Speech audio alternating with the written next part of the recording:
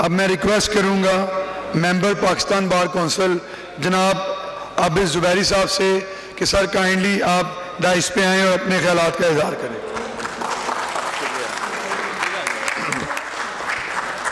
اعوذ باللہ من الشیطان الرجیم بسم اللہ الرحمن الرحیم والصلاة والسلام علی رسول الکریم خاتم الانبیاء والمرسلین.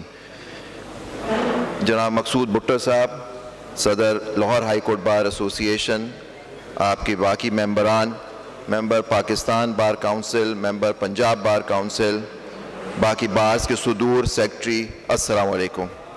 پہلی بات میں آپ کا بہت شکر گزار ہوں کہ آپ نے مجھے یہاں موقع دیا کہ میں یہاں آؤں اور آپ سے کچھ اپنے خیالات کا اظہار کروں. دیکھیے، میں چند باتیں کرنا چاہوں گا آپ کی اجازت سے. آپ کو یاد ہوگا کہ ہماری جو سندھ ہائی کورٹ، میں اس کا سیکٹری بھی رہا ہوں، پریزیڈنٹ بھی رہا ہوں. میں اور صلاح الدین یہاں بیٹھے ہیں، صدر سندھ ہائی کورٹ بار. ہم لوگ ایک وقت میں دونوں سیکٹری تھے 2008-9 میں، 9-10 میں. تو آپ یہ باقی جو کراچی میں جو ہماری انڈیپینڈنس اور جوڈیشری کے لیے جس کے لیے آپ سب یہاں جمع ہیں آج بھی، ہماری شروعات اس سے ہوئی جب 2007 میں جسٹس افتخار چودھری کراچی آئے. اس دن 12 مئی کو یہ چیزیں آپ کو یاد ہونی چاہیے کہ 12 مئی کو کراچی میں 50 لوگوں شہید ہوئے، جس میں 5 وکلا بھی شہید ہوئے.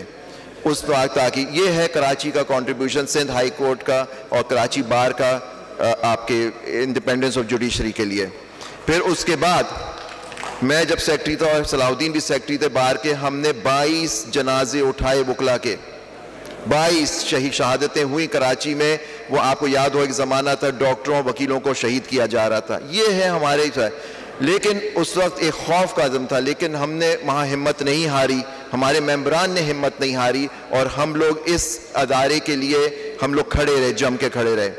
پھر آپ آگے چلیں. میں پھر صدر تھا سندھ ہائی کورٹ بار کا 2014-15 میں. صلاح الدین تھے صدر کراچی بار کے، اور مجھے یاد پڑتا ہے شفقت چوہان صاحب جو تھے وہ صدر تھے لاہور ہائی کورٹ بار کے. تو اس زمانے میں ایک بڑا ایشو آیا، وہ بھی پھر عدلیہ کی آزادی کا ایشو تھا اور انڈیپینڈنس کا ایشو تھا. وہ تھا ملٹری کورٹس. تو مجھے یاد ہے مجھے ٹی وی کے پروگرام پہ بلایا گیا، تو میں شفقت چوہان صاحب کو اس وقت ایس سچ نہیں جانتا تھا. تو ان کا مجھے کال آئی کہ میں شفقت چوہان بول رہا ہوں، لاہور ہائی کورٹ بار کا صدر، آپ کہاں جا رہے ہیں؟ میں نے کہا جی مجھے ایک ٹی وی کے پروگرام پہ بلایا ہے، ٹاپک یہ ہے ملٹری کورٹس. تو کہیں گے آپ کیا کہنے چاہ رہے ہیں؟ میں نے کہا جی ہم کہیں گے ہم اس کے خلاف ہیں، کیونکہ سندھ ہائی کورٹ پہلی بار تھی جس نے ریزولوشن پاس کی اگینسٹ دی ملٹری کورٹس کہ وہ ملٹری کورٹس نہیں ہو چاہیے، 21ویں ترمیم نہیں ہونی چاہیے.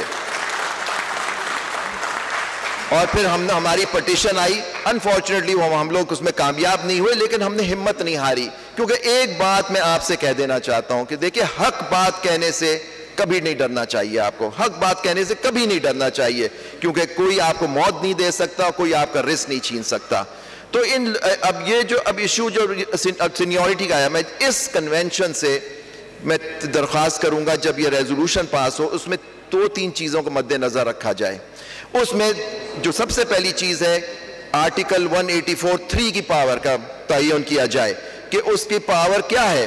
کیونکہ آپ لوگوں کو شاید اتنا افیکٹ نہیں ہوتا. میں آپ کو بتا رہا ہوں کراچی کے اندر جب 184(3) کا بے دریغ استعمال ہوتا ہے اور اس سے لوگوں کے گھر توڑ دیے جاتے ہیں، لوگوں کو گھر سے بے گھر کر دیا جاتا ہے، اور اس کے باوجود میں دیکھتا ہوں کانسٹیٹیوشن ایونیو 1 وہ ریگولرائز ہو گیا، مختلف بنی گالا وہ ریگولرائز ہو جاتا ہے. کراچی کے اندر جو چیزیں ہوتی ہیں وہ تباہ کر توڑ دی جاتی ہیں. تو یہ کہاں کا دوہرا معیار نہیں ہونا چاہیے. تو اس کے اندر بھی میں کہتا ہوں ریزولوشن میں پاس کیا جائے کہ 184(3) کی پاور، یہ سو موٹو پاور جو کراتی ہے، اس کو کس طرح سے استعمال کیا جائے، نمبر 1.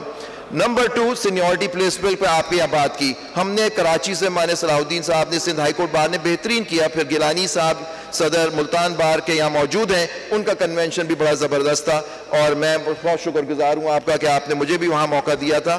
آپ نے اس کے اندر آپ کو تعین یہ کرنا ہے کہ سینیورٹی پرنسپل کے ساتھ کرائیٹیریا کیا ہوگا، وہ بھی آپ کو اس ریزولوشن میں دیا جائے کہ یہ کرائیٹیریا ہوگا جس کے حساب سے یہ باتیں طے ہونی چاہیے. تیسری چیز جو میں آپ سے بات کرنا چاہوں گا کہ ابھی آپ نے دیکھا 2-3 دن پہلے ایک آرڈیننس آیا ہے، وہ NAB ordinance, second amendment ordinance کہلاتا ہے. اس کے اندر بھی آپ نے دیکھا کہ اس کے اندر جو تبدیلیاں کی جا رہی ہیں اور کس طرح سے مراد دی جا رہی ہیں، اس کے بارے میں بھی میں کہتا ہوں، اسے کہنا چاہیے کہ یہ چیئرمین نیب جو ہیں جو ہمارے ایک سابق جج ہیں سپریم کورٹ کے, ان کو ایکسٹینشن دی جا رہی ہے, اور وہ ایکسٹینشن ایسی اوپن اینڈڈ ہے. ایک ریزولوشن میں یہ بات ضرور آنی چاہیے کہ کیا آئین کا ایک آرڈیننس کے تحت ایک پرماننٹ لا کو بدلا جا سکتا ہے, اور اس کو 264 کا کیا اسکوپ ہے. یہ بھی آپ کو یہاں ایک ریزولوشن میں پاس کریں بات کہ 264 کا مطلب یہ نہیں ہوتا آئین کے 264 کا کہ جو چیز اس پیریڈ میں ہوگی وہ چلتی رہے گی.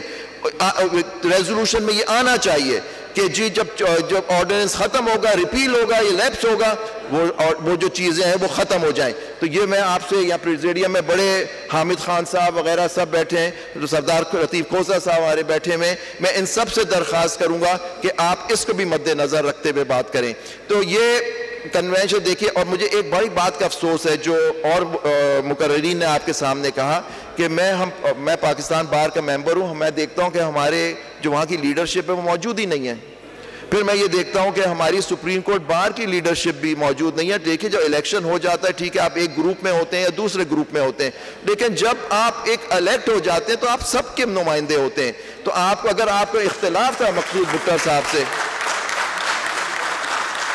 اگر آپ مقصود بھٹر صاحب یا ان کی کابینہ اگر آپ مختلف گروپ, یا گیلانی صاحب, میں تو کہتا ہوں آپ کامیاب ہوئے تھے, آپ نے تو بلا لیا تو کچھ لوگوں کو سر, لیکن وہ آج موجود نہیں ہے. تو ہم کیا ایک پیغام دے رہے ہیں اپنی عدلیہ کو یا اور لوگوں کو یا پبلک کو کہ کیا ہم میں اتفاق و اتحاد نہیں ہے؟ یہ موقع ہے اتحاد ہونے کا. کہ دیکھیں اب یہ چیف جسٹس صاحب یا اور جو ججز ہیں ان سے ساتھ آپ دوستی کر لیں, یا آپ بار کے مفاد کو سامنے رکھیں. یہ آپ کو ہمیشہ بتایا جاتا ہے کہ ہم ایک ہی گاڑی کے 2 پہیے ہیں. یہ کون سے پہیے ہیں سر؟ مطلب کہ آپ دیکھیے کہ آپ ایک کو سپورٹ کر رہے ہیں, دوسرے کو سپورٹ نہیں کر رہے. یہ چیزیں نہیں ہونی چاہیے. تو میں آخر میں پھر آپ کا بہت مشکور ہوں مقصود بھٹر صاحب, اور یہاں جتنے لوگ رہ رہے ہیں, آپ نے مجھے یہ موقع دیا. Thank you very much.